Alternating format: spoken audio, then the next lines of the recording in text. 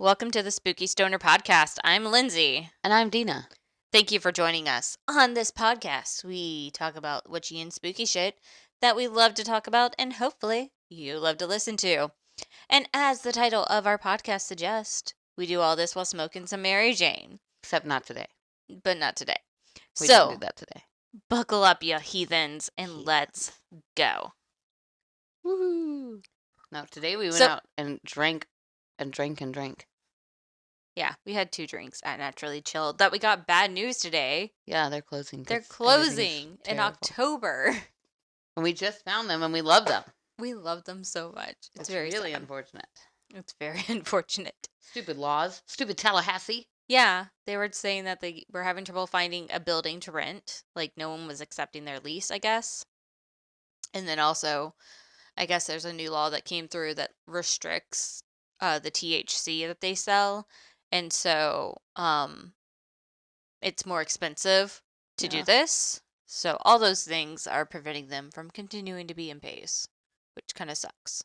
But I don't know. Maybe. Tallahassee gets all the cool stuff, like Schlotzsky's. Oh, yeah. And Chill Naturally. And that's all I can think of. The capital. Isn't that the capital of your state? Yeah. Cool. Tallahassee is the capital. Is it cool like my capital? Like in Austin? It's historical, I think. Is it pretty? You've ever been there? No. Oh, man. We went... Well, I was also in Austin. I was thinking, like, we went to the Capitol all the time on school field trips. Like, every single time. It's like a 4-hour drive. 3-hour. Yeah. That makes more sense. It was about 10 minutes for us. They were like, hey, you see that building out the window? We're going to go over there. Yeah. Right? Big difference, Denah. Yeah. Texas Capitol's haunted AF. Yeah, I'm sure it is. It's old. I feel like every capital is probably haunted. I don't know, because probably now some politicians dying in it. So my grandmother had a friend. This is not my story for today, but just a side story. My grandmother had a friend whose father worked in the Capitol in some capacity. Mm-hmm. So much so to the point where they had like a private room there where they would go sleep. Oh. I guess they didn't live in Austin, so like they would go there for a week, and there's like rooms to live in, like suites. So like a hotel room, right? But more like a suite with like a kitchen and all that stuff. Almost a Days Inn suite, like a studio. Okay. They had little like I don't know. Then why are you talking? I'm just telling you, she slept there. Okay. Like at night. Slept at and the it was Capitol. not allowed. Got it. She wasn't sleeping at someone's desk. Yeah, but she used to say, in addition to riding roller skates up and down the granite halls, which how very fucking dare you. But she would also say that she would hear all kind of crazy shit. Yeah. That's kind of like that, not the hearing voices, but the roller skating was like that episode in The Crown when Princess Diana was in the castle and she was bored. Yeah. And so she was like roller skating across like these super expensive paintings and though I don't blame her. The Austin Capitol building is really, really beautiful. Yeah. It's very cool. I really like it. They filmed some of Spy Kids 2 there. Ooh. Yep. Pretty exciting stuff. I don't know. I don't think the Florida Capitol's ever had the honor of being in a Spy Kids movie. No, probably not. So, just another reason to realize that Texans are better. Or they were. I don't know. They've definitely gone downhill. Yeah. Should I go first this time since we're swap-a-rooneying? Sure. We're doing a little swap-a-roo. I had tonight. Ooh, I forgot I got ginger ale in my purse. You do. That's a very random statement. Well, I was thinking I was going to tell them what drinks I had at Naturally Chill. I had a mule something and something else that you had. Yeah, so I don't know what the mule thing was. Berry hibiscus mule. Yeah, blueberry. No. Oh, yeah, the mule. It was strawberry, but berry. Oh, okay, got it. Yeah, so that's the one you had. And then we both had a lavender blueberry spritzer. With edible glitter. with edible glitter, and it was really, really great. Mm-hmm. I don't know why they don't call it lavender haze, but whatevs. That's a little too Swifty. Some people don't like Taylor Swift. Some people are also wrong and should be put to death. But at the same time, I feel like if you're not a Swiftie, do you even know it's a reference to Taylor Swift's song? I don't know. Because I feel like there's another song called Lavender Haze. But I don't know. There's Purple Haze. Oh, maybe that's what from Jimi Hendrix. Maybe that's what they're going to do. They're going to be like, oh, yeah, these people don't even know Jimi Hendrix, not knowing that we're quoting Taylor Swift. Okay, yeah. But yeah, I had that one, and then I had a Weed-O Rita, like a margarita. But it was not that great. I'm not sure about the choice to put grapefruit in a margarita. Yeah. Because that's a lot of acid in an already very acidic drink. Yeah. Well, they didn't do normal margarita ingredients either. Like, it's not like they did margarita mix and triple sec, and then instead of tequila, they put the THC in. I think too the limeade because I drink just the straight shooter of their margarita mix. Yeah. Thing, and that's very lime. Yes, it is. So I think there's a lot of lime too. Yeah. Yeah, I didn't like that drink either that I took a sip of yours. But it's fine. I still love the lavender blueberry. Yeah. Spritzer. Better enjoy it while it lasts. Yep. I'll get the recipe or something. It's on this menu. I know, but that's the ingredients. How much? 1 to 1, 1 to 2 part, whatever. I know, and she shakes them and everything. Yeah. It's like they're real. It's they're real mixed drinks. It's funny though because I feel like a little kid who's getting a Shirley Temple. And I'm like, hee hee hee hee. I get a real drink. Ha! I'm so grown up. But also I am very much a grown up. Yeah, and plus you have to be 21 to drink those drinks anyway, so. Yeah. But no Shirley Temples. Haha. I get to sit at the bar and have a real drink. Yes. It cracks me up. So, since I get to do the ghost story today, I actually, as we started recording this, realized that there's a word in here that I don't know. Oh, wow. That's a surprise. So, my story comes from Prominent American Ghosts by, hold on, I just had her name. It's Susie something or other, and now I can't find it. It's Prominent. No, Prominent, I know that word. No, I'm saying, no, it's Prominent, that's the fancy word. They're fancy ghost. Oh, yeah. Susie Smith is who wrote it, which is definitely a fake name. That's totally a fake name. Susie Smith. 100%. But, so Susie, if that's her real name, wrote this book, Prominent American Ghosts, back in the 60s. And I just randomly picked it up a couple weeks ago at a thrift store. Mm-hmm. And I was like, oh, cool. And then the very last one is set in Miami. Nice. Yeah. Now, here's the word that I don't know. Pertinacious. Pertinacious. What's perta? Pert is because I feel pertaining to, right? So pertaining to a scandalous situation, right? But what? Yeah. Come on, Google. I would say that. Wilkers, how very dare Google be so slow? We're gonna look up pertinacious. We're all gonna learn a new word today that we can use for Wheel of Fortune. And I tell you what, or Scrabble. No, it's too many letters for Scrabble. You won't have that many tiles. I guess if you had tenacious already there. No, because it's spelled funny. Okay, this is annoying. Holding firmly to an opinion or course of action. So we'll see if this applies to this poltergeist after the story. So. I already forgot the definition. Continue. Pertinacious. Miami's pertinacious poltergeist is what Susie calls this entity, if you will. So Susie was traveling around, right? Mm-hmm. Writing this book, and then just happened upon this one. Well, she probably got word of mouth to her. Maybe she was already kind of a ghost hunter before she wrote the book. Oh, yeah. And she had a P.O. box. Yeah. Or a telephone. But she was actually already in Miami when she heard about this. Because she went all over the country. Yeah. Investigating. But she was in Miami when she heard about it. Oh, okay. So, yeah. So, maybe a little vacay. Yeah. So, what's cool about this is it's not your typical haunted house type situation. Okay. So, this happened in 1967 at Tropication Arts Incorporated, which was a warehouse that sells, they don't now, because this was 60 years ago. But they sold all those little silly Florida stamped things. Oh, yeah. That you can buy. That's what they did. Okay. They had like address books with Florida on them, and beer mugs and shot glasses and seashells and, little figurines. Did they patent it? Is that why they're not in business anymore? They didn't patent it. Yeah. No, they didn't, I guess. But so the poltergeist activity started happening in their like kind of warehouse. And so before it became a hotel?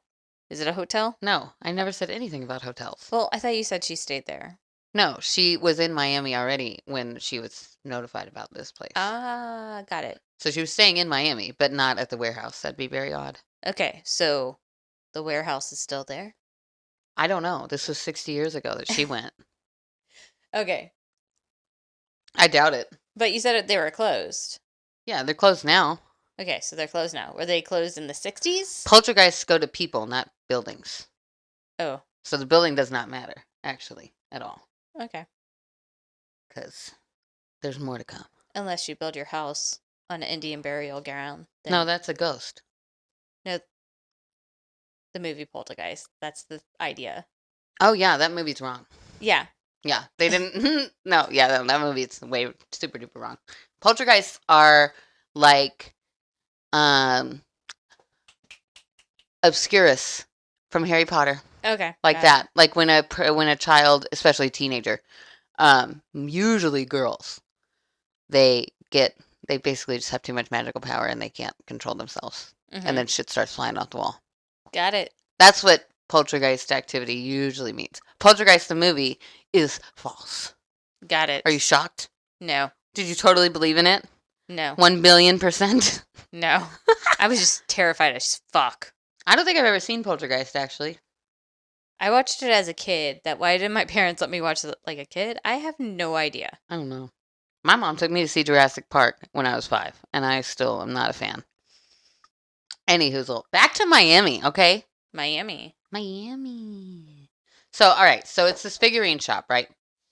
And there's like 3 or 4 ladies that work there doing the painting stuff.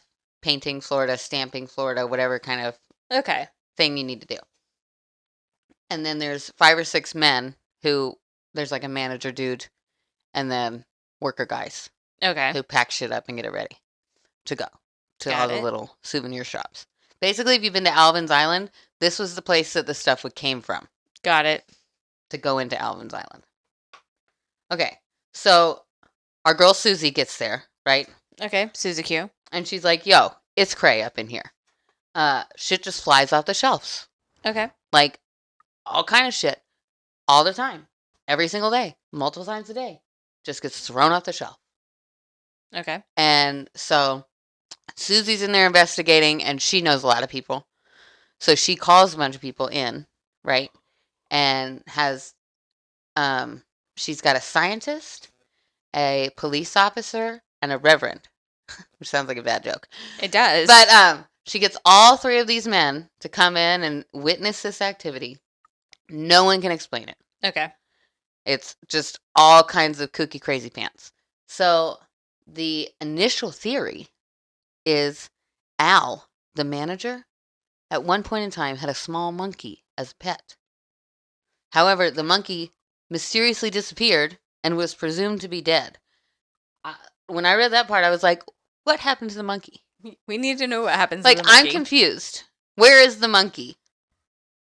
What do you mean it mysteriously disappeared? They made that soup from a Clue with it. Yeah, right? With its monkey brains. And also, I don't know enough about monkeys. Are they runners? Are they flight risks as pets? That they would run away? Yeah. Yes, I think so. Probably. I just don't know, because, like... I don't know. All I can think about is Curious George and all the adventures he went on. Oh, yeah, he's a little shithead. That's true. Yeah, you're right. Monkeys are definitely flight risks. So, but the monkey's name was Lisa. And so the crew kind of started calling the entity or whatever it was Lisa. And they'd be like, Lisa, please don't knock things off the shelf. You're running us out of business. And then it would stop for a little bit. And then, like, if it went 2 or 3 days, they'd be like, Lisa, let us know you're still here. And something would fall. Oh, okay. And so they're like, okay, well, obviously, the haunting is the ghost of the monkey. Okay. Obviously, right? And Lisa's very polite, obviously. Yeah. Will do what you tell her. Yeah. Because that's totally how ghost monkeys work. Yeah. Not even human monkeys do that. Human monkeys.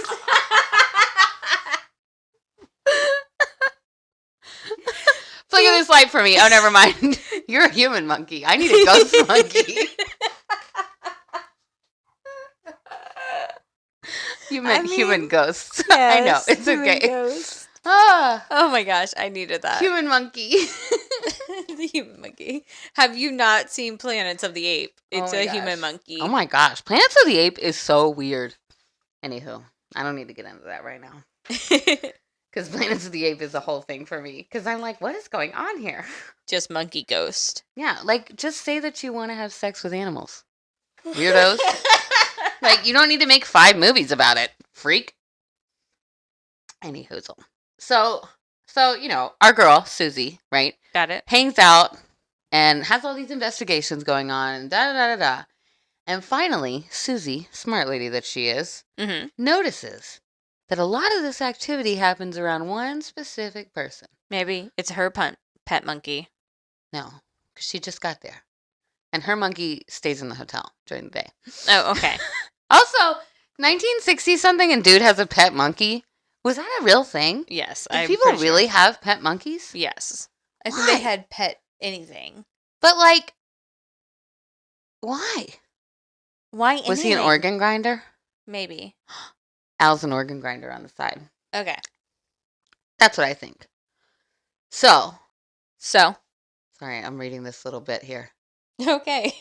So, Susie, smart lady that she is, I already said that, realized that all of the stuff seemed to happen around one person, which was one of their stock boys named Julio. Oh. Yes. So Julio, basically, like, he'd be walking down the row. Huh? The rapper? Yeah. With the crazy hair? Coolio. Oh, that is Coolio. Not Julio. Anywho, Julio would be, like, walking right, and then all of a sudden something would fall down right after he left the aisle, like, right behind him. You know what I mean? Got it. He farted. So Susie was like, Julio, are you maybe not as happy-go-lucky as you pretend like you are? And he was like, oh, what? Me? No, I would never be lying to you about that. He was like, I can do it with a broken heart. Yeah, exactly. That was Julio all day. Except only he was not Taylor Swift, and he could not do it with a broken heart. Got it. Because his shit got so bad that he was knocking shit off walls. So they discovered that the poltergeist activity was connected to Julio. Could you imagine being in, like, an abusive relationship and, like, you're fighting and you leave the room and then all of a sudden you hear, like, things, like, getting tossed across the room and you walk in and you're like, what the fuck? And they're like, I didn't do it. You're like, there's proof. That would suck for everyone involved. That would suck. Oh my gosh. Poor Julio. Poor Julio. Sorry, I saw Hoodoo Voodoo, and I don't remember reading that part, so I don't know what the hell they're talking about right there. I'm pretty sure what happened, though, was Susie called in some peeps to help Julio out. Got it. But it all culminated. She left for a minute. She was out for, like, a couple days, and it got really, really, really, really, really bad. Okay.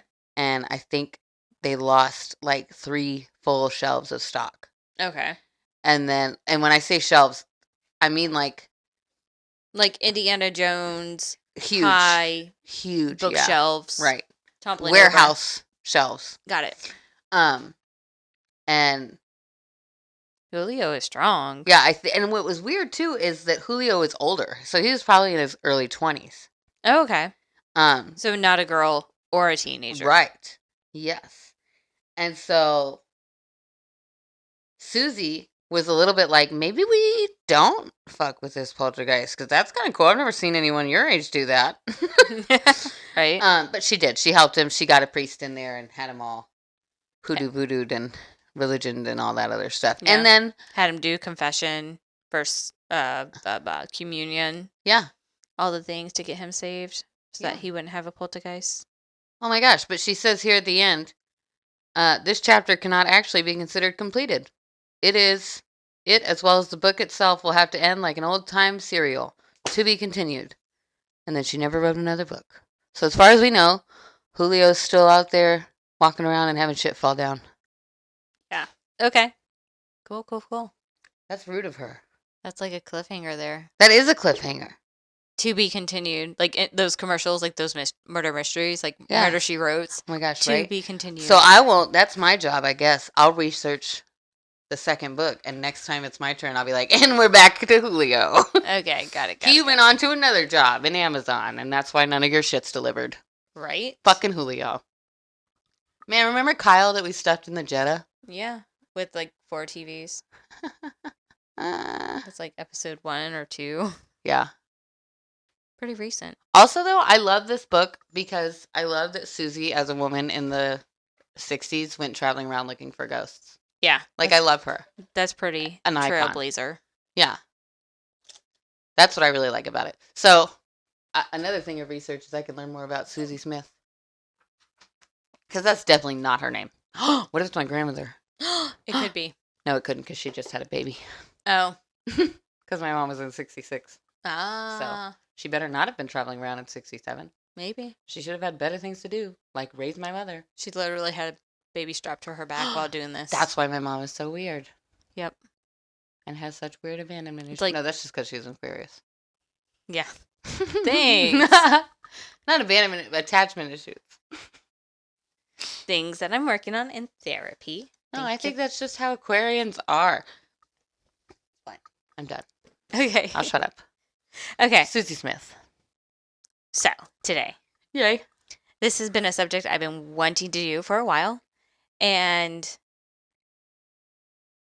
how wouldn't I want to cover a bad bitch, independent woman, feminist goddess? Do you know who I'm talking about? There's a lot. Well, this one's Lilith. Nice. Weren't we just talking about Lilith? No, I always like misinterpret all your words for Lilith. Like literally if it starts with like a L, if it goes Lil, I'm like, ooh, Lilith. And you're like, no, it's actually something totally different. No, I think I was stoned in a car yesterday talking to someone else about Lilith. Ah, that's a good time right there. That sounds more likely of what had happened. Yeah. Okay. So now depending on what religious branch you are looking at depends on how she is represented. In the Christian and Muslim sections, she is described as threatening the sexual and reproductive aspects of life, especially childhood. A medieval Jewish text called the Alphabet of Ben Sira described her as Adam's first wife who disobeyed him and God and asserted her equality to Adam. What a bitch. Giving a legendary origin to her demonic behavior. What a bitch. I know. Can you believe? I remember now what I was talking about her for yesterday. Oh, okay. We were talking about going up to a Jehovah's Witness church and asking them if they had time to hear about our views. Yeah. And I said, it would be great to go knock on their door and be like, hey, do you have time to talk about our goddess and savior, Lilith? Yeah, right? Oh my gosh. Well, remember that, I don't know if I showed it to you, it was a while ago. It was an Instagram reel, and it was like a pastor, and he was like getting up in arms about like Starbucks. I think I do remember that. And he was like, that's the face of Lilith, and I won't have that in my church. Yes, I do remember that. And I was like, you don't know who Lilith is. Also, that's a mermaid, you idiot. Yeah. Lilith is definitely not a mermaid. No, never mind. Okay. She's in Supernatural, and then there's another character that's called Mother of Demons. Oh, okay. But it's not the same. Yes, got it. But I think in a lot of lore, it is the same. Mm-hmm. It is. Supernatural, the show, that's not how it went. Or maybe it did. I don't know. I don't know. I only watched like the first couple episodes. Actually, no, I lied. I only watched the first episode, and it was pretty intense. It is pretty scary. And I could not do it. Yeah. I was like, nope, I can't do this. I feel like the first season is the scariest, and then it kind of slacks off. Or maybe you just get desensitized. Maybe desensitized. That's fair. That's like Game of Thrones. Well, then it gets a little bit into like Oh, we're all best friends with angels. Yeah. And then they kill God. Of course. They do. His name's Chuck. Yeah, I saw some pictures of it on the internet. Okay, Lilith was also appears in the Kabbalah as an evil reflection of the feminine aspect of God along with Samuel. I don't know who Samuel is in Kabbalah, but I think anyway. Also the negative of men. Oh, maybe. Anyway. I think. I don't know. It's been a long time since I've seen a Kabbalah. I have no idea. I don't think I've ever seen one. The Bible mentions Lilith only once as a dweller in waste places. And that's in Isaiah 34:14. But the characterization of Lilith as a seducer. Like a succubus? Oh, okay, here we go. That's what I was trying to say. So the characterization of Lilith as a seducer or slayer of children has a long prehistory in ancient Babylonian religions. So Lilith is the goddess of the abortion. Yeah, pretty much she is. That makes total sense. There was something. I can't remember if it's Box Trolls or Spiderwick Chronicles or something completely different. Okay. But it's a wide range. Yes. But a child talks about stuff getting her in tween places. Like in doorways or at noon or midnight. Tween times. Okay. Or tween planes. Like between. And that's what that Bible quote reminded me of. Oh, yeah. Like she lives in the waste spaces. That sounds like tween places to me, too. Yeah. So that to me sounds like fairies. Yeah. Fae. Or the Fae realm. Yeah. That's interesting. That's definitely nothing that no one said about. But it makes sense. That's just where my brain went. No, it definitely makes sense. Wasteland in between is wasteland in a way. But that's like our stoner thought right now. Yeah. Who knows what we'll think if we're sober. Interesting. And I don't remember where I read this story, but I heard that Lilith was Adam's first wife and was made from the sand just like Adam. And she wanted to have as much control as Adam, and when she was rejected, she left Eden. Who rejected her, though? So, like, that's my question there. Did she say to Adam, hey, can we have just as much responsibility and control? Or did she ask God? I don't know. I feel like as Adam and Lilith, she would have asked God. Yeah. Or, maybe it's like a what is it called? Management levels, whatever. Like she went to Adam, and then when Adam ignored her, she went to God. Yeah. She went to God.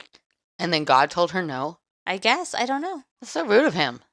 How dare? I mean, Eve was Adam's helpmate. And so, as a helpmate, it seems like that would be like a sidekick. And she's like, no, I should be a hero too. Thank you. Yeah, she is. She is. I mean, we all know what happened with his second wife. Yep. Now we all got cramps. Thanks a lot. So when God saw that Adam was lonely because he cast out his wife in a way, he made Eve from the rib of Adam, which I guess was God's way of creating a submissive wife. Ew. Also, what's also funny about this is that Eve also fucks up. Yeah, she does. And, like, doesn't... So, like, basically, women are the enemy. Always. To Christians. Period. Yeah. When Lilith left Eden, she had sex with the devil and gave birth to a legion of demons. Right. So, the mother of demons. Yes. That I've heard about her. Yeah, that's the story I've heard. Not like... So, it's a little bit of what the Bible and all the texts were saying. Also, just timeline-wise. So, God creates everything, right? Yep. Angels and whatnot, and who's it's and, what's it? Humdingers. Creates everything. Lucifer freaks out, says no, sir, to humans. I think the whole Lucifer Jesus thing was before Earth.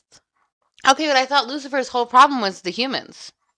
No, Lucifer's problem was he felt like he was as good as God.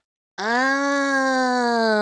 And supposedly he was like the choir, the like angels worship leader. See, I always thought that Lucifer was annoyed at God for making humans and thought that he should like just ignore them and not worry about them. Maybe. And so then he that's was like, in a metaverse. See how shitty humans can be? I'll show you by tempting them. I don't know. Maybe that's a different version of the Bible. The Bible. No. Have you not, like, yeah, there's a million Bibles. But at the same time... I want to throw it at the wall. Oh. So that she'll shut up. But she stopped. Well, I was like, would that work? Or would that make her... No, I know. That's what I thought, too. Yeah. Anywho, sorry. Anyway. She was about to throw a book across the room. Susie's book. That would have been so rude of me. I know. Because the dog's barking. Anyway. So, yeah. That's what I've always been raised to talk about with Lucifer and So God. Lucifer and hell were already things when Adam was created. Yes. Okay. And the thing is, like, the devil was never mentioned until the snake showed up. So that's after Eve was So made. how do you get the story of... Okay, hold on. Because the Bible that I've had... Sorry.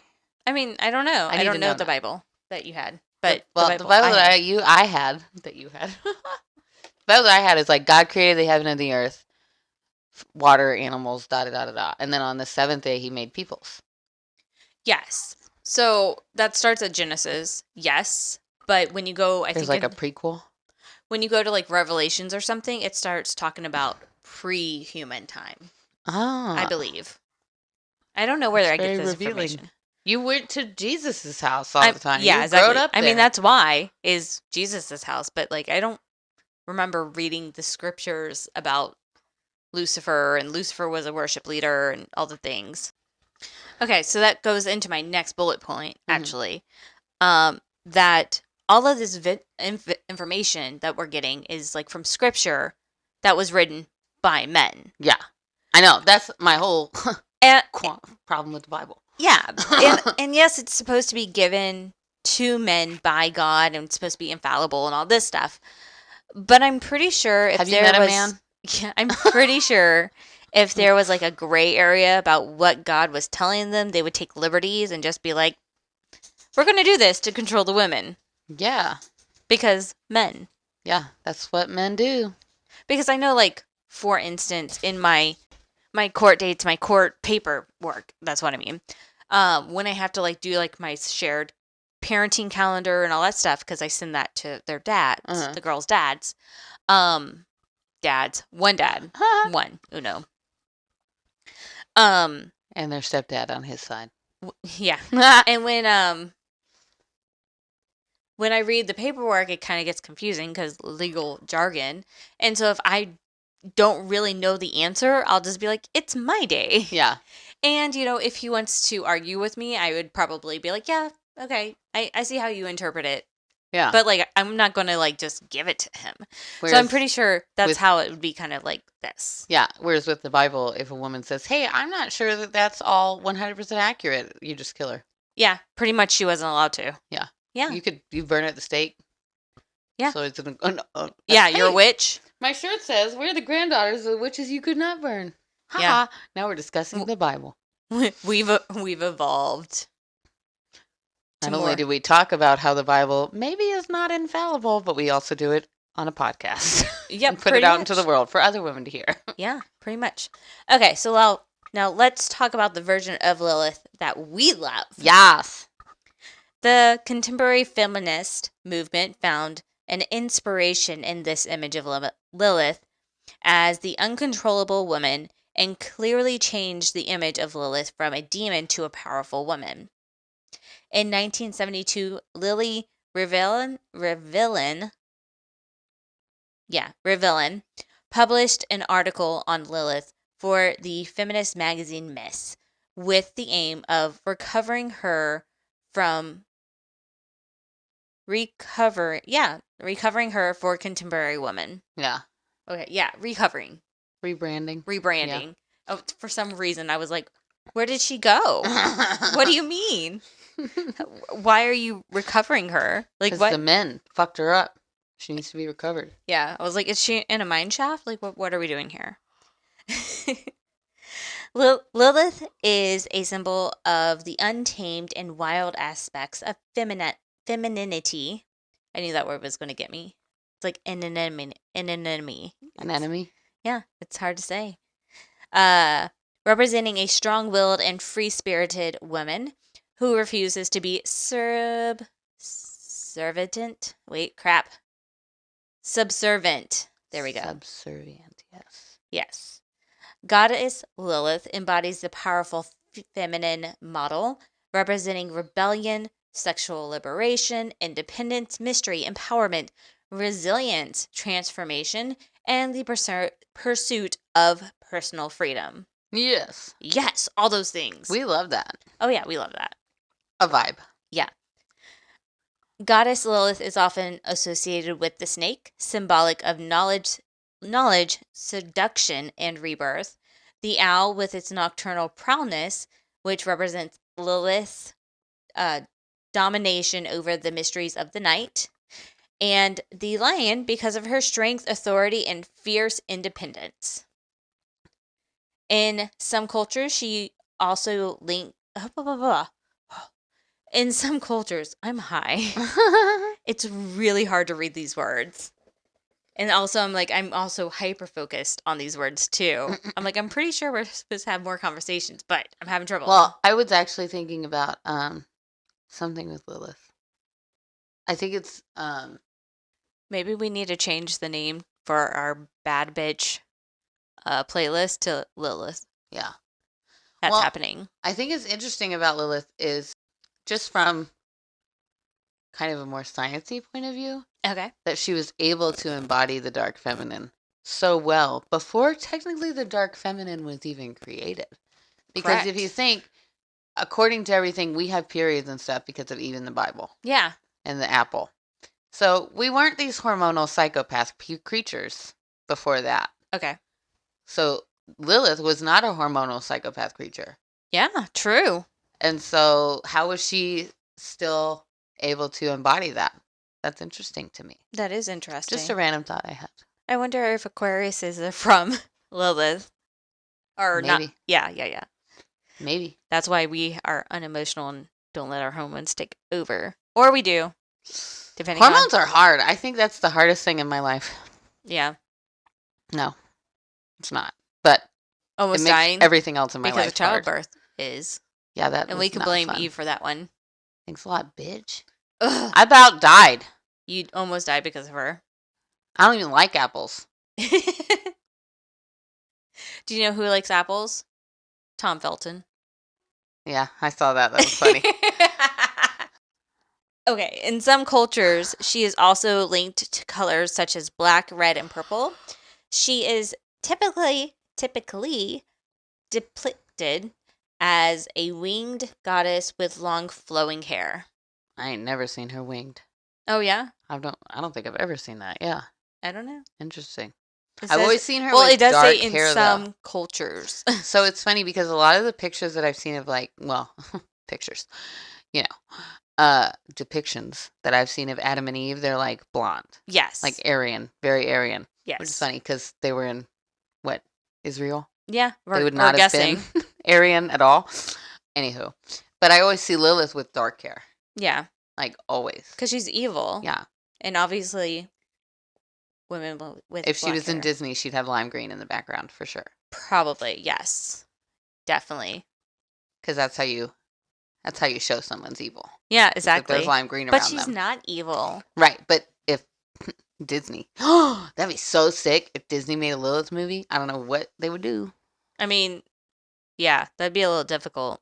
Oh my gosh, the Christians would rebel. A lot of them already hate Disney. Well, a lot of them do hate Disney already, but because of what was it? Don't Say Gay. No, oh no, I thought it was from back when Emma Watson was in that Beauty and the Beast, and Josh Gad dances with a man in the end. Oh, well, they've always had trouble with little things. But also, LeFou and Gaston were obviously gay. Yes, or at least LeFou definitely had it hard for Gaston. 100%. And maybe Gaston was running from LeFou because men don't he was sing a man. songs to their friends. In Disney, they do. No, Not even in Disney. Yes, in Disney they do. Not promise. Until then. I'm pretty sure no. What about the song? Let's talk about Ariel. On the ship. She was cray. They were singing. The men were singing on the ship. Yeah, they were singing like a tune. All of them. They were singing LeFou just broke out into song and was like, you know who I love? Gaston. Yeah. Yes. Let me belt it to this whole bar. True. And then when they made the live action, they were like, he's going to be gay. And everyone was like, what the fuck do you mean he's going to be gay? I was like, he wasn't already? Yeah. Touche. Okay. So let's roll it back in to our Disney villain with lime green background and black hair, Lilith, our goddess. Lilith. So how can we tap into the power that Lilith could give us? Embracing shadow work for connecting experiences to the self, cultivating authentic and self-expression, nourishing intuition, and trusting inner guidance. And here is a ritual you can do to honor Lilith. Nice. Find a quiet and serene area where you feel comfortable and can focus without interruptions. I have none of those because I have a small dog. And multiple cats. But anyway, cats won't bother me. But step one, you should probably do with all rituals. Yeah. That's fair. But also the universe understands if you have a screaming baby, 5 animals, whatever. And also just see if your animals want to join. Yeah, true. Light a black candle and say a prayer, respectfully inviting the presence of Goddess Lilith into your ritual. Close your eyes, focus on your breath, and allow your thoughts to settle. Reflect on the aspects of Lilith you wish to embody and seek guidance from. Lilith, the bad bitch, I really need your help. I'm afraid to invoke. Deities. Yeah. Because what if they show up? Yeah. And then I got to deal with a deity.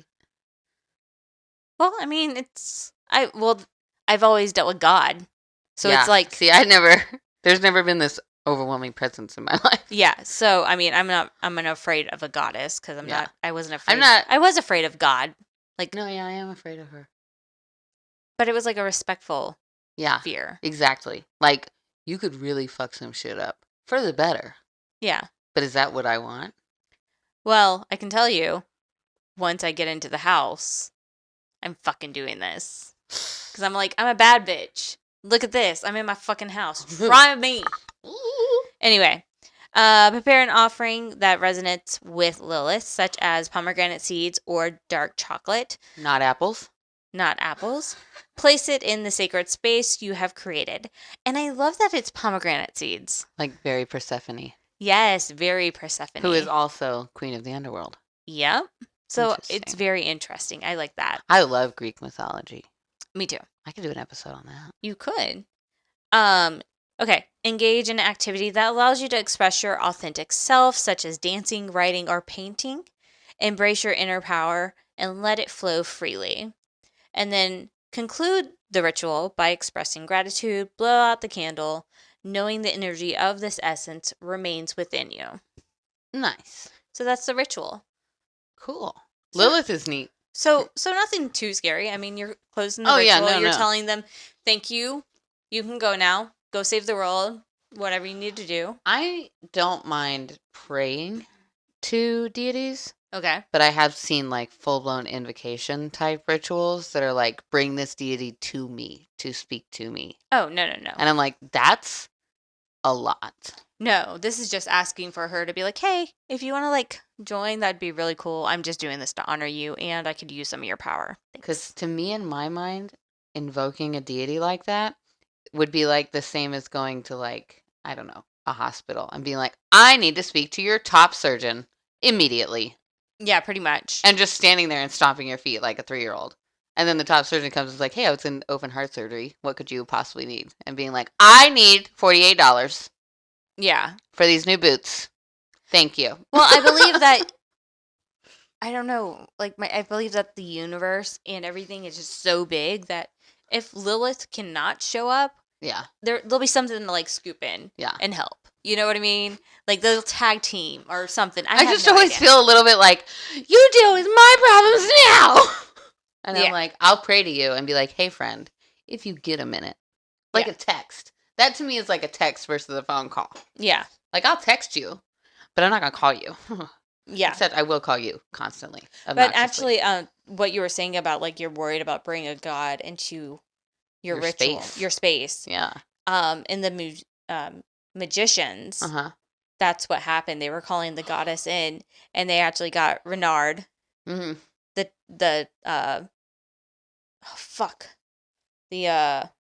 trickster. Yeah.